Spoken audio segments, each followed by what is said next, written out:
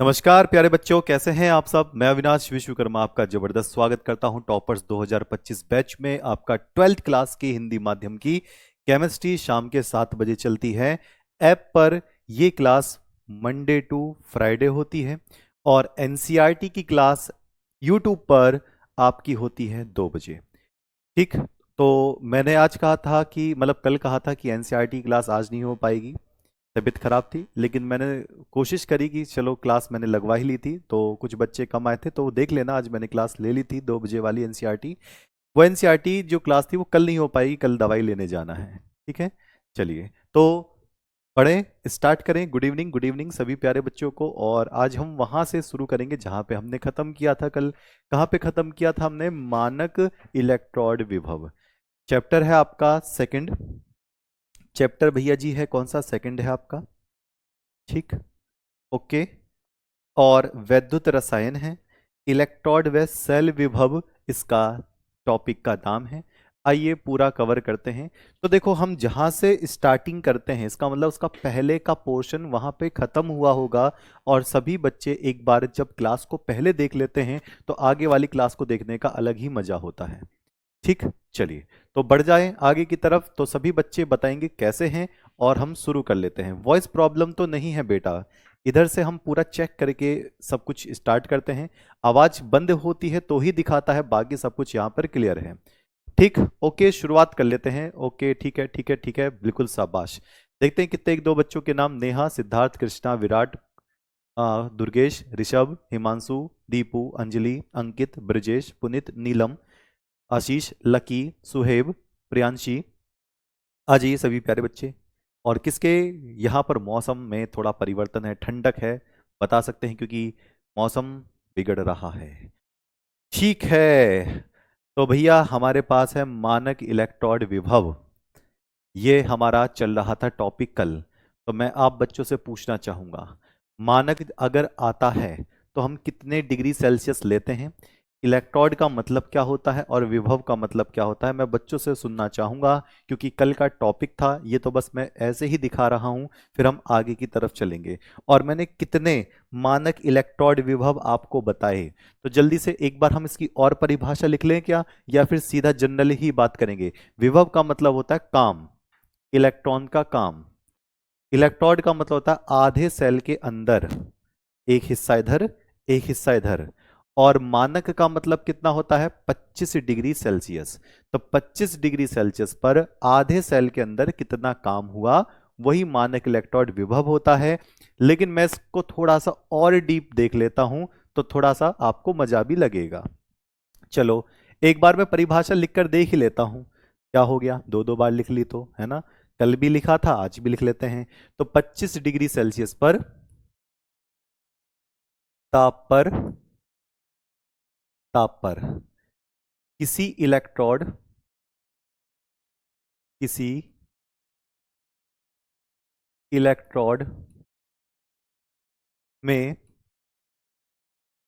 Electron का या electron द्वारा द्वारा किए गए कार्य को, किए गए कार्य को, कार्य को मानक इलेक्ट्रोड विभव कहते हैं। ओके, कार्य को मानक इलेक्ट्रोड, मानक इलेक्ट्रोड विभव कहते हैं। चलिए ये तो बात हमारी समझ में आ गई है, कल भी हमने यही किया था। अच्छा, अब इसको देखकर ये बच्चा कोई ये ना कहे कि मेरी समझ में नहीं आ रहा, क्योंकि कल इसको मैंने आधे घंटे तक समझाया ही था। ठीक है, चलिए अब मुझे बता सकते हैं कि हम इसको कैसे दिखाते हैं? हम इसको ई इलेक्ट्रोड से दिखाते हैं। ई इलेक्ट्रोड से देखो मजा आने वाला है आज के। बता सकते हो कौन कौन से होते हैं ये दो? ये दो कौन कौन से होते हैं, जल्दी से बता दें फटाफट। बिल्कुल सही बात है, विधि सही लिखे हो जी। ओके, ज्ञान बेटा बिल्कुल सही है। मानक ई विभव बिल्कुल ठीक। Yes, okay. तो कितने होते हैं? दो होते हैं। ये कौन कौन से बताए थे मैंने? ई नॉट एनोड और क्या होता है anode cathode. Anode cathode ये दो होते हैं। बता सकते हैं किसका बोल्ट हमेशा कम होगा, किसका बोल्ट हमेशा कम होता है? तो इसका जो बोल्ट वाला मान होता है ई नॉट एनोड का, ये हमेशा कम होगा। और ई नॉट कैथोड का जो बोल्ट वाला मान होता है ये हमेशा ज्यादा होगा। ज्यादा का मतलब प्लस में भी ज्यादा होगा, ठीक है, हमेशा ज्यादा होगा। चलिए ये तो बात आपकी समझ में आ गई है। इसको मैं थोड़ा सा और डीप ले जाऊं अगर आपकी आज्ञा हो तो। थोड़ा सा ऐसा लेवल जो बीएससी एमएससी वाले बच्चे पढ़ते हैं वो क्या पढ़ते हैं, क्या इतना सा लिखने के बाद आपको जो बड़ी बड़ी क्लास होती है उनमें नंबर मिलता होगा? क्या इलेक्ट्रॉड विभव को अगर आप इसको किसी को दिखाओ और कोई एक्सपर्ट बच्चा या कोई एक्सपर्ट इंसान ये कह दे कि ये तो बहुत कम है, तो आपको थोड़ा सा दिल पे ठेस पहुंचेगी। इसको मैं थोड़ा सा और डीप ले जाता हूं, ठीक है, जरा समझना। भैया जब भी कभी आप कोई इलेक्ट्रोड बनाते हो, इलेक्ट्रोड का मतलब होता है सेल का आधा हिस्सा। तो यहां पर मैंने एक क्या ले लिया, बीकर ले लिया, ऐसे, इस तरीके से, ठीक है। इसके अंदर आपने क्या भरा, जिंक भर दिया, और मैं जिंक सल्फेट भर दिया, और मैंने यहां पर एक रॉड ले ली है। कौन सी रॉड ले ली है मैंने? ये रॉड ले ली है मैंने, जिंक की रॉड ले ली है, ठीक। लो जी, ओके, शाबाश, शाबाश, बहुत बढ़िया, बहुत बढ़िया, बहुत बढ़िया, बहुत बढ़िया, बहुत बढ़िया। और ये चल रहा है, ये, ठीक, ओके। तो ये क्या हो गया, ये जिंक की रॉड ले ली है। अब मुझे बताना, जब आपने जिंक की रॉड ली है तो आपने विलयन कौन सा लिया होगा? आपने विलयन भरा होगा जिंक सल्फेट। ये तो बात समझ में आ गई। ये पूरा का पूरा ऐसे लिया, और ये क्या भर दिया, जिंक सल्फेट भर दिया। अब ये बात समझना कि अगर ये मैंने काम किया है, ये क्या है, जिंक सल्फेट है, और ये जिंक की क्या है, रॉड है। तो इसमें मैं कैसे देखूंगा काम, मुझे कैसे पता चलेगा, मैं विभव को कैसे नापूंगा? ठीक है, चलिए धातु की क्षण को डालते हैं, बिल्कुल सही बात है। अब एक बात समझना, एक बात समझना, कभी भी सुनना ध्यान से, कभी भी विभव देखना हो तो ऐसा काम देख सकते हो जो प्लस और माइनस के बीच में हो रहा हो। यानी कि एक तरफ अगर प्लस है, एक तरफ अगर माइनस है, उन दोनों के बीच में अगर आपको कुछ भी काम दिख रहा है तो उसको हम विभव सीधा सीधा तौर पर बोल सकते हैं। ये फिजिक्स की भाषा में बोल रहा हूं मैं, केमिस्ट्री की भाषा में तो यही आपको सीधा सीधा मिलेगा। अब देखना कैसे, बताओ। आप एक कमरे में बैठे हुए हो, बिल्कुल कमरे में बैठे हुए हो। कमरे में इस तरफ की जो दीवार है मुझे जो दिख रही है, इस तरफ की दीवार को मैंने माइनस कर दिया है, पूरी माइनस, और इस तरफ की दीवार को मैंने क्या कर दिया, प्लस कर दिया है। अब मैं बीच में घूम रहा हूं, टिक टिक टिक टिक जैसे डांस कर रहा हूं, तो कैसा लगेगा, विभव काम कर दिया मैंने, प्लस माइनस के बीच में काम हो रहा है। यानी कि किसी काम की वजह से या तो प्लस माइनस बना है, या प्लस माइनस के बीच में आपको काम होता हुआ नजर आ रहा है, तो उसको विभव बोल देंगे। तो क्या होगा, सीधी सी बात है, जिंक अपने इलेक्ट्रॉन को अपने अंदर से निकालकर कहां देता है, इस विलयन के अंदर डाल देता है। तो जिंक कैसा हो जाता है, जिंक भैया जी प्लस हो जाता है। जिंक कैसा हो जाएगा, ये प्लस हो जाएगा, ये प्लस प्लस प्लस आने लगेंगे इसके ऊपर। और ये जो विलयन है इसके पास माइनस माइनस माइनस आने लगेंगे, क्योंकि जो इलेक्ट्रॉन है ये जिंक की क्षण से विलयन की तरफ आ रहा है। तो देखो ये हो गया प्लस, कमरे की एक दीवार हो गई प्लस, और विलयन क्या हो गया, माइनस। इन दोनों के बीच में जो काम आपको दिखाई दे रहा है उसी को ही हम क्या कहते हैं, विभव। अच्छा एक बच्चा कह रहा है छत पर हूं, अरे बाप रे फंसा दिया मुझे। छत पर, तो छत पर हो तो कमरे के अंदर जाओ, एक तरफ की दीवार को माइनस होते हुए देखो, एक तरफ की दीवार को प्लस होते हुए देखो, इसका मतलब बीच में काम हुआ है। और काम हुआ है तो घंटा फर्क नहीं पड़ता हमें कि हम उसका नाम कार्य बोलें, हम तो विभव बोलेंगे। ठीक, चलिए, ओके, बहुत बढ़िया। अब जरा देखना, मैं पास आ जाऊं, ठीक।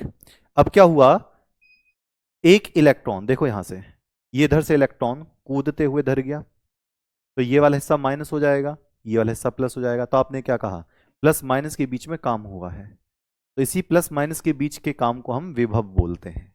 बस इतना सा काम करना है। तो क्या होगा, क्या होगा, दुई आयन द्वि आयन, द्वि आयन का मतलब प्लस माइनस, ठीक है, द्वि आवेश भी बोल सकते हैं। द्वि आयन परत, एक परत कौन सी, प्लस वाली, एक परत कौन सी, माइनस वाली, परतों के बीच विभवांतर को, परतों के बीच विभवांतर, इन दोनों के बीच जो भी कार्य हो रहा है वो विभव कहते हैं। लेकिन आपको कौन सी परिभाषा लिख कर आनी है पेपर में, ये वाली जो मैंने लिखवाई, ये तो मैं बस समझाया है, वो विभव कहते हैं। जैसे कोई पूछने लग जाए आपसे फिजिक्स में तो आप बता देना, ठीक है। चलिए, ओके, ठीक है ठीक है ठीक है, आगे बढ़ेंगे। तो मानक इलेक्ट्रोड विभव भैया एक कार्य है, जो कार्य किसी आवेश के द्वारा किया जा रहा है, किसी इलेक्ट्रॉन के द्वारा किया जा रहा है। सेल के आधे हिस्से में इलेक्ट्रॉन यहां से यहां पर आ गया, तो ये इलेक्ट्रॉन का क्या हो गया, कार्य हो गया। इसी को ही हम विभव कहेंगे। इसको ई नॉट इलेक्ट्रोड से दर्शाते हैं। नॉट का मतलब होता है आपका मानक 25 डिग्री सेल्सियस। अब देखो ये कितने होते हैं, एक तो होता है ई नॉट एनोड जिसका बोल्ट कम होता है, एक होता है ई नॉट कैथोड जिसका बोल्ट ज्यादा होता है। अब देखो जिंक, जिंक, ठीक, ओके, जिंक और कॉपर, आपको मैंने बताया कि ये ही दो ही आपके धातु होती हैं, ये जो सेल बनाती हैं। क्या ये वास्तव में सच है? नहीं। जिंक और कॉपर के अलावा भी बहुत सारी धातु सेल बनाती हैं। जिंक और कॉपर के अलावा भी बहुत सारी धातु सेल बनाती हैं। तो मान लो लोहा हो गया, कॉपर हो गया, जिंक हो गया, इनके भी तो बोल्ट आते होंगे, इनके भी तो बोल्ट का मान होता होगा। हाँ जी, मान होता है। आइए जानते हैं किसका बोल्ट माइनस में होगा तो क्या कहेंगे, अगर किसी का बोल्ट प्लस में होगा तो क्या कहेंगे, किसी का कम होगा तो क्या करना है, किसी का ज्यादा होगा तो क्या करना है, ठीक है। और आज आपके घर से आपको कनेक्ट कर दूंगा, चाहे खेत पे ही क्यों ना बैठे हो, ठीक। चलिए समझते हैं। एक श्रेणी होती है, एक सीरीज होती है जिसको हम क्या कहते हैं, विद्युत रासायनिक श्रेणी। बहुत ध्यान से समझना।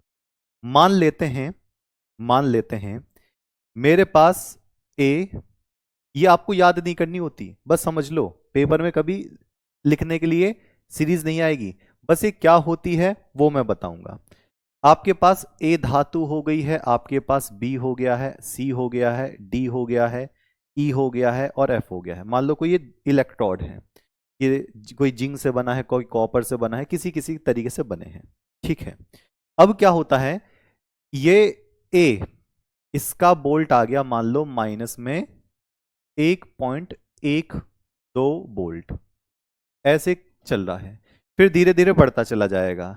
इसका बोल्ट हो गया माइनस में कुछ और हो गया, 0.91 हो गया, ठीक है, धीरे धीरे बढ़ता चला जाएगा। इसका हो गया माइनस में 0.20 बोल्ट, इसका बोल्ट में मान लेता हूं माइनस का 0. या 0 ही मान लेता हूं, 0 बोल्ट। इसका बोल्ट में प्लस में ले लेता हूं, प्लस 0.41 बोल्ट, बोल्ट। इसका बोल्ट मैंने ले लिया प्लस का 0.71 बोल्ट।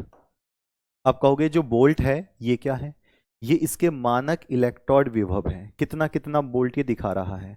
तो एक ऐसी टेबल, एक ऐसी टेबल जिसमें हम किसको, बोल्ट को बढ़ते हुए क्रम में रख सकते हैं।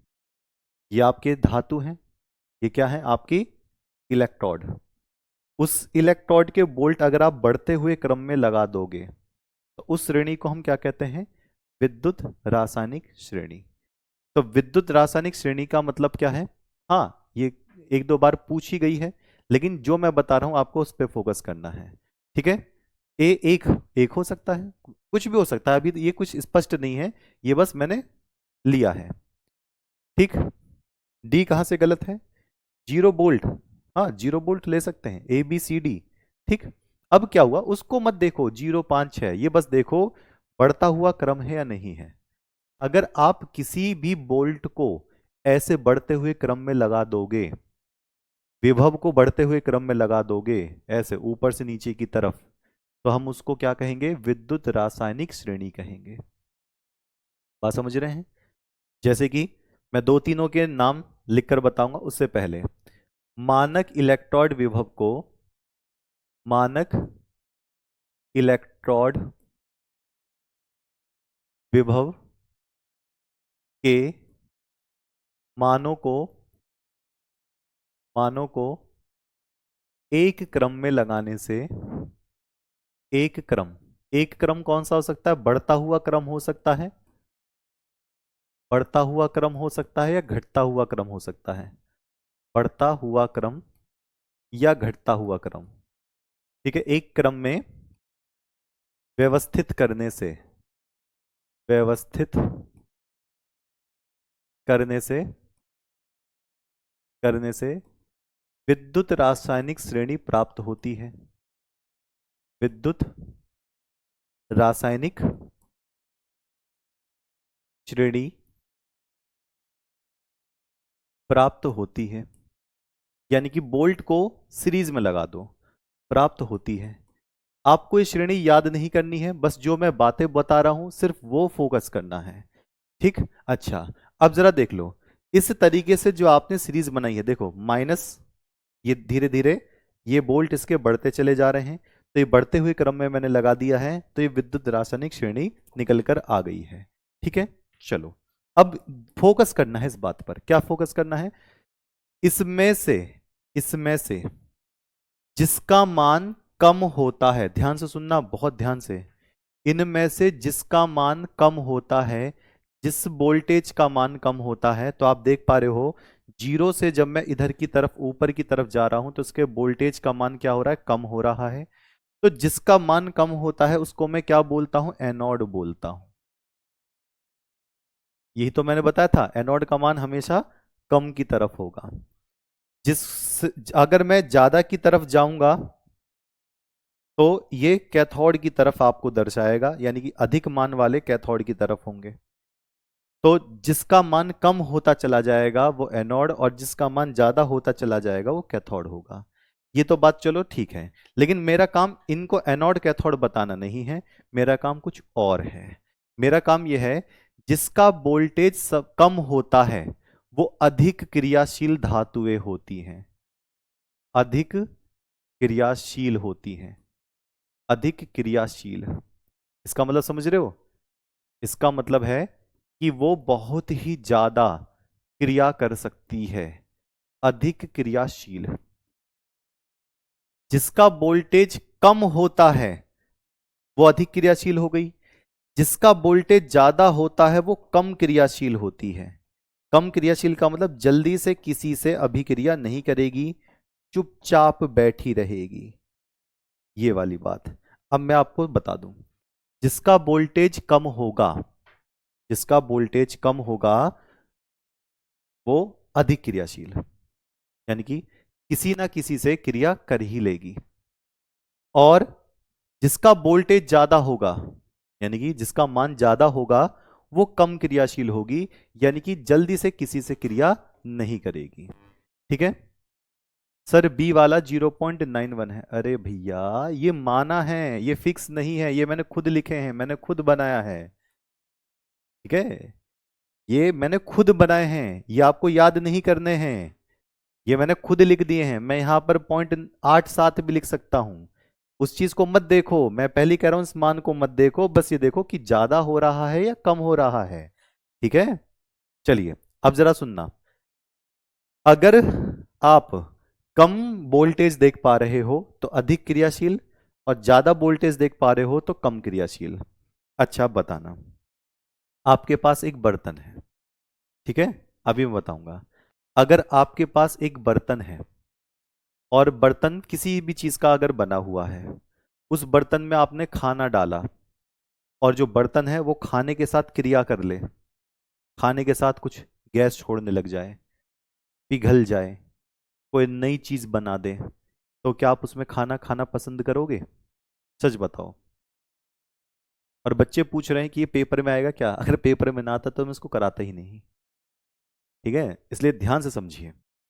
ठीक, बताओ, अगर खाने खाने आप बैठे, ठीक, और उसके अंदर आपने खाना डाला बर्तन के अंदर, बर्तन आपने ले रखा है किसी धातु का बना हुआ, मेटल का बना हुआ, और वो बर्तन के अंदर जो खाना डाला है, तो बर्तन अगर उस खाने के साथ क्रिया कर ले तो उस बर्तन को आप लेना पसंद करोगे? मेरे ख्याल से बिल्कुल नहीं। क्यों? क्योंकि वो खाने के साथ ही अभिक्रिया कर लेगा, खाना भी खराब हो जाएगा, बर्तन भी खराब हो जाएगा, कोई गैस निकल गई जहरीली तो पता पड़ी मर गए। इसी वजह से लोगों ने सोचा बर्तन ऐसा बनाओ जो क्रिया नहीं करता हो जल्दी से। अब लोगों के दिमाग में आया बर्तन ऐसा कैसे बनाए जो जल्दी से क्रिया ना करे, कि उसमें हम दही भी खा सकें, उसमें हम चटनी भी खा सकें, दाल चावल भी खा सकें, नींबू की सिंगंजी भी पी सकें, है ना? कैसा बर्तन बनाए? तो लोगों ने मिट्टी के बर्तन बनाए, फिर धीरे धीरे कॉपर के बर्तन बनाए, धीरे धीरे एल्यूमिनियम के बर्तन बनाए। तो ये सोचो, बताओ जो बर्तन बनते होंगे वो अधिक क्रियाशील वाले होते होंगे या कम क्रियाशील वाले होते होंगे? इतना सोच के बता दो, मैं अभी इस बात को क्लियर कर दूं। जो बर्तन बनते होंगे वो अधिक क्रियाशील, बहुत जल्दी से किसी चीज से क्रिया कर लेते होंगे, या फिर क्रिया नहीं करते होंगे। इन दोनों में से कोई एक तो होगा। तो जो बर्तन बनते हैं वो कम क्रियाशील वाले धातुओं के या इलेक्ट्रोड की कैटेगरी के बनते हैं। यानी कि जिसका वोल्टेज, जिस धातु का वोल्टेज ज्यादा होता है वो जल्दी से क्रिया नहीं करता और उसी के ही बर्तन बना लेते हैं। तो मुझे बताओ, आपके घर में या राजा महाराजा लोग कौन से बर्तनों का इस्तेमाल किया करते होंगे?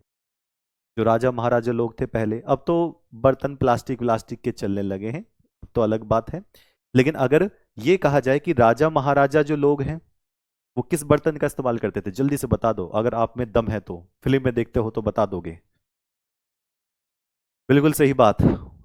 जो पहले के राजा लोग होते थे या अभी भी कुछ है रईस लोग हैं, या किसी के घर में अगर ऐसा बर्तन हो तो मुझे बताना, सोने चांदी का बर्तन इस्तेमाल करते थे और कॉपर के, पीतल फूले के बर्तन इस्तेमाल करते थे। वो देखें पीले पीले जैसे बर्तन आते हैं, लोटा वगैरह सा आता था, पीतल के बर्तन इस्तेमाल करते थे, फूले के बर्तन इस्तेमाल करते थे, यानी कि कांसा होता था, सोने और चांदी के बर्तन इस्तेमाल करते थे। यही तो सब चलता था। नहीं तो आप देखो पूरब वाले बच्चे, जो पूरब ईस्ट वाली साइड के जो बच्चे हैं, वो उनके घर पे अभी भी रखा होगा, उनके घर पे अभी भी रखा होगा, मिट्टी को छोड़कर, मिट्टी धातु नहीं है। तो सीधी बात है, सोना चांदी कॉपर पीतल ये सब चलता था, क्योंकि सबको पता होती थी कि वो कम क्रियाशील होते हैं और इन सब के वोल्टेज क्या होते हैं, ज्यादा होते हैं। लेकिन अगर आपने इन बर्तनों को ले लिया तो ये बर्तन भी खराब हो जाएंगे, उसके अंदर रखी हुई चीज हो सकती है वो भी बर्बाद हो जाए। और यही नाम दिया गया कि अगर आपका अधिक क्रियाशील वाली धातुएं हैं, यानी कि वोल्टेज अगर कम है, तो उसकी अपचायक क्षमता अधिक होती है। अपचायक क्षमता क्या होती है, अधिक होती है, यानी कि बहुत तेजी से इलेक्ट्रॉन निकाल देगा। इसके इलेक्ट्रॉन निकालने की क्षमता बहुत तेजी होती है, ये बहुत तेजी से इलेक्ट्रॉन निकालकर बहुत अच्छी पावर का हो जाता है और बर्तन जैसी चीजों में काम नहीं आता। अपचायक क्षमता का मतलब, अधिक होने का मतलब इलेक्ट्रॉन बहुत तेजी से निकालता है, ये वाले इलेक्ट्रॉन बहुत तेजी से निकालते हैं, इसलिए अधिक क्रियाशील है, चुपचाप बैठते ही नहीं है। लेकिन इसका अगर मैं उल्टा देखूं तो कम क्रियाशील, और कम क्रियाशील में ऑक्सीकरण क्षमता अधिक होगी, यानी कि इलेक्ट्रॉन आसानी से ले सकते हैं। ऑक्सीकरण क्षमता, ऑक्सीकरण क्षमता अधिक। इसी वजह से इन बाबूजी के बर्तन वगैरह बना सकते हैं। तो दो चीजें हमारे सामने आई हैं। अब मैं आपसे एक क्वेश्चन पूछना चाहूंगा, बताना बड़े आराम से। मेरे पास है जिंक, मेरे पास है जिंक, ठीक है, इसका संकेत क्या होता है, Zn, ओके। और मेरे पास है कॉपर, इसका संकेत क्या होता है, Cu।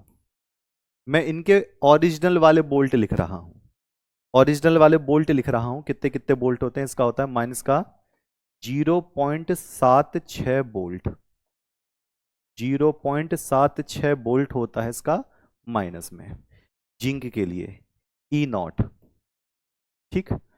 इसका मैंने बोल्ट लिखा E0 और इसका होता है प्लस 0.34 बोल्ट, 0.34 वोल्ट। कोई आपके पास आया और आपसे कहा कि मेरे पास दो तरीके की धातुएं हैं, आप किसका बर्तन बनाना पसंद करोगे? फिर आप क्या कहोगे? आप किसका बर्तन बनाना पसंद करोगे? किसी ने कहा कि जिंक और कॉपर में से एक छांट लो, और जिंक और कॉपर में से एक छांटो, एक सेलेक्ट करो और बताओ आप किसका बर्तन बनाना पसंद करोगे। तो आपका सिलेक्शन क्या होगा? सोच के बताओ, बहुत आराम से, कोई दिक्कत नहीं है। यहां देख लो, आप ऐसे ही तो बर्तन बनाना पसंद करोगे जो जल्दी से खराब ना हो, और जब जल्दी से खराब ना हो, सीधी सी बात है, वो बर्तन सालों साल चले। खाना खाओ तो उसे क्रिया ना करे, चटनी खाओ तो क्रिया ना करे, कुछ भी खाओ, कुछ भी डालो, कुछ भी बना कर रख दो, बहुत सालों तक भी अचार बना कर रख दो तो क्रिया ना करे। तो कोशिश ये होती है कि ऐसे बर्तनों का चुनाव करना है, ऐसी धातु का चुनाव करना है जो कम क्रियाशील हो। तो जिसका वोल्टेज ज्यादा होगा, हम उसी के ही बर्तन बनाने की कोशिश करेंगे। तो जिसका वोल्टेज ज्यादा होगा उसी के ही बर्तन बनाने की कोशिश करेंगे, क्योंकि कम वोल्टेज वाला हमेशा धोखा दे जाएगा आपको, बर्तन भी टूट जाएगा, क्रिया करते करते खत्म हो जाएगा। और सबने पढ़ा है कि गैल्वेनिक सेल में जिंक पहले खत्म होता है, कॉपर बाद में। ये तो बात समझ में आ गई है। ओके, फिर आपसे दूसरा क्वेश्चन पूछा। दूसरा क्वेश्चन क्या पूछा? कि जो जिंक होगा वो कॉपर को उसके विलयन में नहीं रहने देगा। यानी कि जो कम वाला वोल्टेज वाला होगा वो कभी भी ज्यादा वोल्टेज वाले को उसके परिवार के साथ नहीं रहने देता। बड़ा आतंकी होता है ये। अगर मान लो कहीं भी कॉपर का कोई यौगिक दिख गया, मान लो कॉपर ने कोई एक फैमिली बनाई, कॉपर सल्फेट, उसके सामने जिंक आ गया, तो जिंक कहेगा अरे मैं तो बहुत ज्यादा सक्रिय हूं, तुमने अपनी फैमिली कैसे बनाई? तुरंत जाएगा और कॉपर को वहां से उड़ा देगा। यानी कि जो इनके ये जो बड़े हरामी टाइप के होते हैं, ये नालायक हैं, ये कहते हैं हम तुम सबको फैमिली बनाने ही नहीं देंगे। लो, कहानी खत्म। मतलब सारा दबदबा इन्हीं का ही है। ये तो बेचारे बस बर्तन बनाने के काम में आ रहे हैं। जितनी भी दबंगई चल रही है ना, सब इनकी चल रही है दबंगई। इनको बताओ, बेचारे नीचे वालों को फैमिली बनाने नहीं दे रहे। मान लेते हैं कॉपर ने कहा भैया मैं तो कॉपर सल्फेट बनकर तैयार हो चुका हूं, मजा आ गया, कॉपर ये रहा, और इसके पास कहीं गलती से जिंक आ गया, तो जिंक कहेगा कॉपर से अच्छा फैमिली बना के मजे ले रहा है, अच्छा बताता हूं मैं, जिंक हूं मैं, मेरा वोल्टेज कम है तुझसे, मैं तुझे तेरी फैमिली के साथ रहने ही नहीं दूंगा। ये क्या करता है, ये आतंकी सीधा कॉपर को जाकर कहता है, अब कॉपर भी बेचारे क्या करे, कॉपर कहता है भैया मेरा वोल्टेज तो ज्यादा है, तुम्हारा वोल्टेज कम है, तो तुम बहुत आराम से सक्रिय कर सकते हो, क्रिया कर सकते हो, तो तुम करोगे भी क्या? तो जिंक कहेगा मैं तो करूंगा भैया, कॉपर तुझे निकाल दूंगा मैं यहाँ से। तो ये जिंक जाएगा और कॉपर को तुरंत वहां से निकाल देगा। यानी कि कम वोल्टेज वाले ज्यादा वोल्टेज को उसकी फैमिली के साथ बिल्कुल नहीं रहने देते। ये लो, कहानी खत्म। हाँ, तो क्या होगा, जिंक वाला जाएगा भैया कॉपर वाले को उड़ा देगा, और बताओ कितनी अत्याचार कर दिया, उसकी फैमिली के साथ खुद रहने लगा और कॉपर को वहां से भगा दिया। तो एक बात आती है, कम वोल्टेज वाले ज्यादा वोल्टेज को उसके यौगिक के साथ नहीं रहने देंगे, कम वोल्टेज वाले हमेशा उन्हें भगा ही देंगे। ठीक है, समझ में आ गई है? तो ये बात ध्यान रखना, जो अपचायक क्षमता जिसकी ज्यादा होती है, अधिक क्रियाशील जो ज्यादा होते हैं, कम वोल्टेज जिनके होते हैं, वो ज्यादा वोल्टेज वाले को यौगिक के साथ नहीं रहने देंगे। बस इतना ध्यान रखना। ठीक है, तो क्या लिखेंगे, क्या लिखेंगे भैया यहां पर? अधिक क्रियाशील धातुएं, अधिक क्रियाशील धातुएं, धातुएं ब्रैकेट में कम बोल्ट, जिनके बोल्ट कम होते हैं, अधिक क्रियाशील धातुएं, ये वाली, कम क्रियाशील धातुओं को, कम क्रियाशील धातुओं को कम क्रियाशील धातुओं जिनका अधिक बोल्ट होता है, जिनका बोल्ट क्या होता है, अधिक होता है। ठीक, कम क्रियाशील धातुओं को उनके यौगिक, उनके यौगिक, उनके यौगिक या लवण के विलयन, या लवण के विलयन से प्रतिस्थापित, हटा देते हैं। दबंगई चल रही है इनकी। क्या करते हैं, प्रतिस्थापित कर देते हैं, कर देते हैं। ठीक है जी कहानी, ओके, बहुत बढ़िया। ठीक, चलो अब बताना, देखते हैं कितना है दम आप में। बता सको तो बताना। ये है ए, ठीक है, और ये है बी, दो आ गए। दोनों कह रहे हैं मैं ज्यादा ताकतवर हूं और मैं ज्यादा ताकतवर हूं। ठीक, अब क्या हुआ, ए के पास मैंने इसका वोल्टेज पूछा कि तुम अपना बोल्ट बताओ जरा, तो उसने बोल्ट बताया 0.80 बोल्ट। ठीक है, 0.80 बोल्ट। फिर बी से पूछा तो बी ने कहा मेरा है 0.46 बोल्ट, हो गया होगा कुछ बोल्ट इतना। ठीक है, अब मुझे इतना बताना, क्या ये एग्जाम्पल पूरा का पूरा ऐसे है क्वेश्चन, क्या ए धातु बी को, बी को उसके लवण, उसके लवण के विलयन से हटा सकता है, विलयन से विस्थापित कर सकता है, विस्थापित कर सकता है, हाँ या ना। आराम से बताओ, आराम से। ये ए है और ये बी है। अब इसमें देखना नालायक कौन सा वाला है। तो क्या ए धातु बी को हटा सकता है उसकी फैमिली से, बता दो जल्दी से। अगर आपका आंसर सही है तो इसका मतलब आप बिल्कुल समझ पा रहे हो। ये कहना चाह रहा है क्या ए बी को उसकी फैमिली से हटा सकता है, फैमिली का मतलब लवण, यौगिक का विलयन।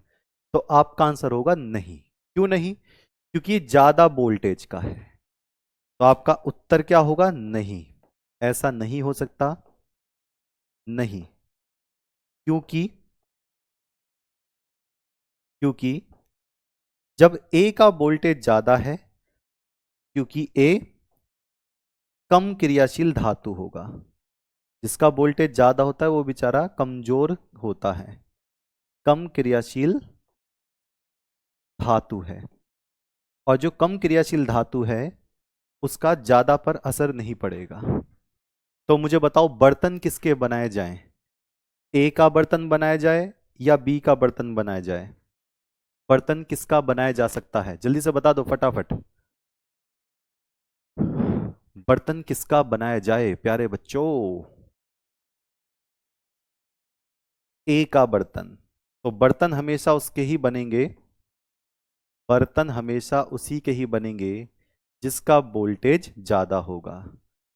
बात समझे ले, हाँ जी बात समझे ले। ओके, अब क्वेश्चन पूछ लूं आपसे दूसरा। चलो, कितने बच्चों को लग रहा है कि मजा आ रहा है। और एक बात सोच लेना, अगर ये आप आज पढ़कर कल रिवीजन में नहीं लाए तो ये फिर से भूल जाओगे। आज पढ़ा, कल रिवीजन में नहीं लाए तो फिर से भूल जाओगे। अब मैं आपसे क्वेश्चन पूछ ही लेता हूं, काहे इतना मुझे काम करना। क्वेश्चन आ गया भैया, मान लो ये पेपर में आ गया आपके। क्या जिंक के बर्तन, क्या जिंक के बर्तन, जिंक का मैं लिख देता हूं कितना वोल्ट है, माइनस का 0.76 वोल्ट, ये होता ही इसका फिक्स है। क्या जिंक के बर्तन में कॉपर सल्फेट विलयन रखा जा सकता है, तो मैं कॉपर का भी दिखा दे रहा हूं, ये जिंक का है, ये Zn का है। मैं कॉपर का भी दिखा देता हूं, तो कॉपर के कितना होता है प्लस 0.34 वोल्ट। अब बताना, क्या जिंक का बर्तन बनाकर उसके अंदर कॉपर सल्फेट को रख सकते हैं? सोच के बताओ। क्या जिंक का बर्तन बनाकर उसके अंदर कॉपर सल्फेट रख देंगे? सोच के देखो। नहीं। क्यों नहीं? क्योंकि जब जिंक का बर्तन बनेगा, पहली बात तो बोल्ट कम है, और मैंने हमेशा ही कहा था कि बर्तन उसी का ही बनाना जिसका बोल्ट ज्यादा होगा। तो उसमें कॉपर का बर्तन बनेगा, ना कि जिंक का बर्तन। तो अगर मान लो, चलो आपने कर ही दिया, आपने कहा ना जी ना, हम तो जिंक का ही बर्तन बनाएंगे, बना लो, मुझे क्या दिक्कत है, बाद में पछताओगे। आपने किसका, जिंक का बर्तन बना लिया। ठीक है, अब जिंक का पूरा बर्तन है, इसके अंदर कॉपर सल्फेट भर दिया। इसके अंदर क्या भर दिया? पूरा कॉपर सल्फेट भर दिया। ये लो। तो जिंक कहेगा फंस गए मेरे जाल में, कॉपर कहेगा काहे फंस गया मैं। तो जिंक कहेगा मेरा वोल्टेज कम है, तुम्हारा वोल्टेज ज्यादा है, अब मैं तुम्हें तुम्हारी फैमिली से उड़ा दूंगा। अब जिंक ने हरामी पना दिखा दिया, और जिंक ने सीधा कॉपर को कहा फंस गए बेटा, आ गए मेरे चक्कर में, मेरा बर्तन बना, तुम इसके अंदर कूद गए। अब मेरे जो जिंक के जो छोटे छोटे कण हैं वो तुम्हें तुरंत निकाल देंगे, और मैं तुम्हें रहने नहीं दूंगा। मैं अपने बर्तन को जिंक सल्फेट में बदल दूंगा, और कॉपर अलग निकाल दूंगा, बर्तन भी खराब हो जाएगा और कॉपर सल्फेट भी खराब हो जाएगा। तो आंसर क्या होगा? नहीं। नहीं। Zn का, Zn कॉपर से, Zn की क्रियाशीलता कॉपर से अधिक है। Zn की क्रियाशीलता कॉपर से अधिक है। इसी वजह से जो पुराने आपके दादा नाना नानी ये सब होते थे, ये कॉपर पीतल के ही बर्तन लेना पसंद करते थे, कॉपर से अधिक है। ठीक है, तो आंसर होगा इसका नहीं। समझ गए? ओके, बहुत बढ़िया। इसका एक्सपेरिमेंट बेटा तुरंत तुरंत नहीं होता है। इसके एक्सपेरिमेंट अगर जिंक के बर्तन में कॉपर सल्फेट डालोगे भी ना, तो पूरे के पूरे 10-12 घंटे के अंदर होता है। मैं 10-12 घंटे के अंदर ऐसे जिंक का बर्तन लेकर तो खड़ा नहीं रहूंगा। आप घर पे करना चाहो तो कर सकते हो, कॉपर सल्फेट ले लो मार्केट से, जिंक का बर्तन ले लो, डालकर रख देना, 1 दिन बाद देख लेना जिंक की हालत कैसी हो जाएगी, और कॉपर सल्फेट कुछ और ही नजर आएगा। ठीक है, चलिए। ठीक, अब किसके घर में पीतल का बर्तन है, मुझे बिल्कुल बताएं, वो बच्चा ज्यादा समझ पाएगा। ठीक, अगला क्वेश्चन है हमारे पास, ये रहा। देखते हैं कितने बच्चों को ये पता चल गया है इसका आंसर। ए, बी और सी, तीन धातु हैं अलग अलग, के मानक इलेक्ट्रोड विभव के मान, ये देखो प्लस में दे रखा है, माइनस नहीं है, तो 0.34। बी का कितना दे रखा है माइनस का, ए का दे रखा है 0.34, बी का दे रखा है माइनस का 0.74, और सी का कितना दे रखा है 0.81, ये प्लस में दे रखा है। ये तीनों के तीनों बोल्ट हैं। तो निम्नलिखित का उत्तर दीजिए, तो निम्नलिखित का उत्तर दीजिए। क्या उत्तर देने भैया? तीनों के वोल्टेज दे रखे हैं। किसकी अपचायक क्षमता सबसे ज्यादा है, यानी कि सबसे क्रियाशील कौन सा होगा, कौन सबसे तेजी से इलेक्ट्रॉन निकाल देगा, किसका वोल्ट सबसे कम है? पहले वाले का आंसर बता दो। ये क्वेश्चन बोर्ड वाला है, बोर्ड वाला बता रहा हूं, बोर्ड एग्जाम में आए हुए क्वेश्चन है। 2023 में ही यूपी बोर्ड में ABCD वाला क्वेश्चन, एक और डी दे दिया गया था, बस इतना सा है। तो बताओगे? ए, बी व सी के मानक, ए का कितना दे रखा है 0.34 प्लस में, बी का माइनस में 0.74 दे रखा है, सी का प्लस में 0.81 वोल्ट दे रखा है। तो किसकी अपचायक क्षमता सबसे ज्यादा है? तो उसकी सबसे ज्यादा होगी जिसका सबसे कम वोल्ट होगा। तो सबसे कम वोल्ट किसका है? बी। सबसे कम वोल्ट किसका है? बी, क्योंकि इसका वोल्ट ही माइनस का 0.74 वोल्ट है। तो जिसका वोल्ट सबसे कम, उसमें से, अच्छी तरीके से इलेक्ट्रॉन निकलेगा, क्रिया भी अच्छी तरीके से करेगा, अपचायक क्षमता बढ़ जाएगी। 20 का आंसर हो गया। ठीक है, पहले वाला तो क्लियर है। दूसरा वाला है, क्या ए, ये वाला, क्या ए बी को उसके परिवार से यानी कि विलियन से विस्थापित कर सकता है? आंसर बताएं। क्या ए बी को उसके परिवार से हटा सकता है, विलियन से विस्थापित कर सकता है? ये बताना है, हाँ या नहीं। तो क्या ए बी को, नहीं, इसका आंसर होगा नहीं। क्यों?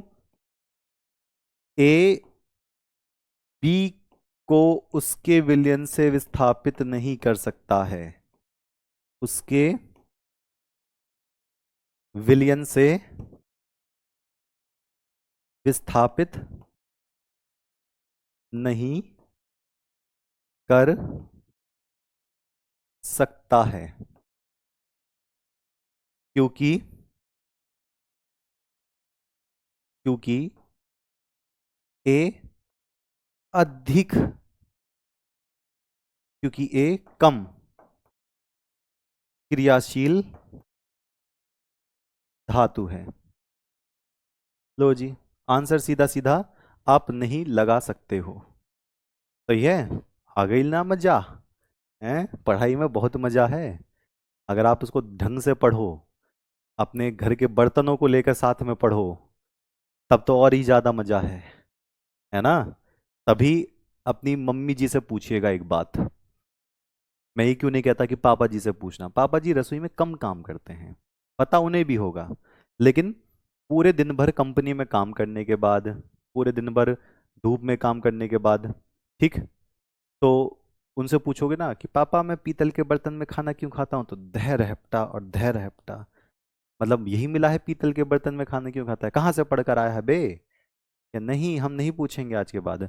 फिर मम्मी से पूछना कि मम्मी पीतल के बर्तन काहे रखते हैं, क्या हम पीतल के बर्तन में नींबू पानी पी सकते हैं? तो नींबू पानी सुनते ही मम्मी कहे नहीं, पीतल के बर्तन नींबू पानी नहीं पीना है, बहुत दिक्कत हो जाएगी, कॉपर नींबू से रिएक्ट कर लेगा, मतलब कुछ और बना लेगा, रिएक्ट तो नहीं कहेंगी। तो इसलिए बर्तन लोग सोच समझ के बनाते थे कि किसका बोल्ट ज्यादा होगा, हम उसी के बर्तन बना लेंगे। लेकिन सबसे अच्छी बात है मिट्टी के बर्तन, कोई बोल्ट देखना ही नहीं है, मिट्टी पकाओ, कहानी खत्म। ठीक।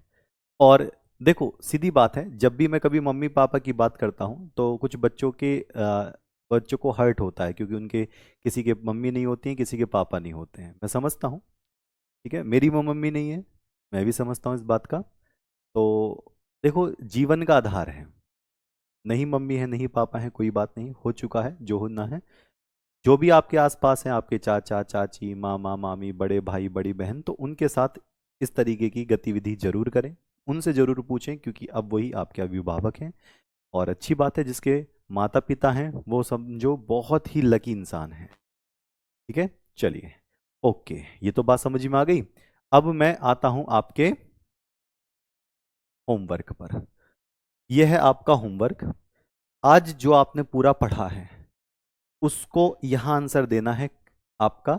और कल है शनिवार, तो कल क्लास नहीं होगी, क्योंकि सोमवार से शुक्रवार तक आपकी ऐप की क्लास रहती है। शनिवार को एनसीईआरटी कल नहीं होगी, क्योंकि कल मुझे दवाई लेने जाना है।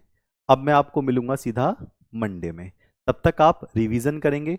कल मैं आपका एक टेस्ट डालूंगा टेलीग्राम ग्रुप पर, किस वाले चैप्टर का? विलियन वाले चैप्टर का टेस्ट। 10 क्वेश्चन होंगे, उसमें एमसीक्यू भी होगा, उसमें लिखने का भी होगा। तो कल और परसों आप टेस्ट बढ़िया तरीके से लिखेंगे और चेक करेंगे। ठीक है, चलो, तो इसका आंसर आपको देना है मंडे में, अब मिलेंगे। ठीक है, कल एनसीईआरटी नहीं होगी, क्योंकि आज ही मैंने क्लास ले ली थी, आज मुझे जाना था इसलिए, बट मैंने आज कहा चलो छोड़ो, आज पढ़ा देते हैं। ठीक है, चलो, मिलता हूं मैं आपसे मंडे को शाम के 7 बजे और एनसीईआरटी में 2 बजे। ठीक, तब तक के लिए नमस्कार।